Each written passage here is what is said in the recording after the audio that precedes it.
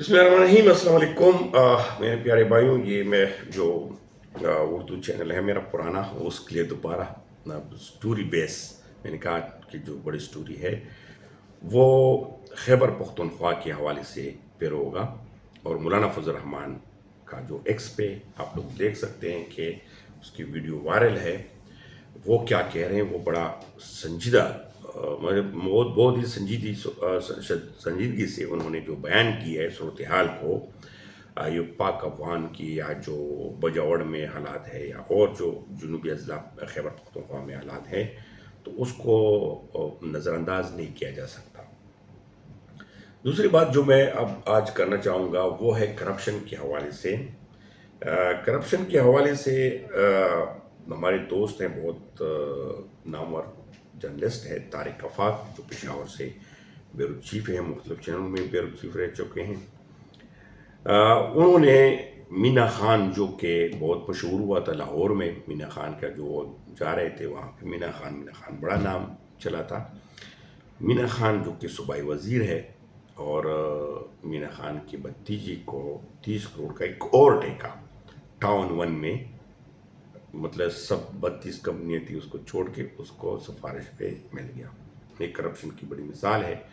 इसी तरह और भी बहुत सारे जो मीना खान के ज़रिए इस तरह ठेके ली गई हैं, या और दूसरी और बहुत सारे लोगों की, लेकिन इसकी सबूत जो है एक्स पे आप लोग देख सकते हैं, उसका सारे ठेके का निज़ाम और सारा सूरत हाल। तो ये जो खैबर पख्तूनख्वा के अवाम जो कि ब्रेन वाश एक तरफ एक साइड पे किया गया है, दूसरी तरफ सूबे के हालात जो आप लोग देख रहे हैं कि वहाँ पे जो बस बरबस ठेकेदार है वो तो अपने पैसों के उनके उसमें लगे हुए हैं, अपनी जान बना रहे हैं। जिस तरह आप लोगों ने देखा होगा कि इमरान खान के नाम की वजह से बहुत, मतलब है कि उनका नाम भी पता नहीं चल रहा था, और वो आज अरबपति या करोड़पति बन गए हैं। तो आम लोग जो है वो जलसी जुलूसों के लिए और उसके लिए सिर्फ रह गए हैं। सूबे में दहशत गर्दी, बदअमनी, यानी खाना जंगी की सूरत हाल इख्तियार कर चुकी है। वज़ीरिस्तान में, लकी में, डही खान में, और ये ख़बरें जो है वो आप लोग नेशनल टीवी पे नहीं देख रहे हैं, लेकिन बहरहाल इस सूरत हाल आप लोग सोशल मीडिया के ज़रिए या यूट्यूब के ज़रिए मुख्तलिफ उसके लिए देख रहे हैं। अब सूरत हाल आप लोगों के सामने है कि अभी सोहेल अफरीदी के हवाले से मैंने पहले 4 दिन पहले तकरीबन इतला किया था कि अब उसकी जो सीएम सीट है वो भी खतरे में है। आज बैरिस्टर गौहर ने उसके हवाले से एक वजाहत बयान जारी किया है कि इस तरह कोई बात नहीं है, और सोहेल अफरीदी पर सब इत्मीनान है। लेकिन आज एक और ख़बर जो गर्दिश कर रही है, जो कि ट्विटर पर भी यानी एक्स पर भी मौजूद है, जो अल-अमीन गंडापुर है वो खुलकर सामने आया है, बयानात दे रहे हैं उसके खिलाफ। तो अल-अमीन गंडापुर के साथ हमारा दोस्त भाई भी है, क्योंकि उस वक्त से मेरा ताल्लुक़ था जब वो असिस्टेंट कमिश्नर हंगू था। रियाज मसूद साहब बहुत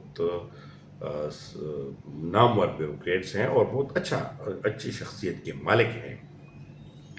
अभी तक वो कमिश्नर के लेवल तक पहुंच गया, लेकिन उसके खिलाफ कोई ऐसी वो नहीं है, बल्कि जहाँ भी जाते हैं इंतज़ामी अमूर को भी अच्छी तरीके से हैंडल करते हैं। उनकी मुलाकात हुई है अल-अमीन गंडापुर से खुफिया तरीके से इस्लामाबाद में 3 घंटे मुलाकात हुई है। 3 घंटों में वो बताया जा रहा है कि जो मौजूदा सोहेल अफरीदी की गवर्नमेंट है उसमें करप्शन की बहुत सारी सबूती उनको दी है। तो अब यही रहा है कि अल-अमीन गंडापुर दोबारा इन हो रहा है, और उनकी बयानात से भी पता चल रहा है कि अगर मैं दोबारा सीएम बन गया तो बहुत सारे लोग जो है वो जेलों में होंगे, यानी करप्शन बहुत ज़्यादा है और हालात इस तरह के चल रहे हैं। अब सूरत हाल आप लोगों के सामने है।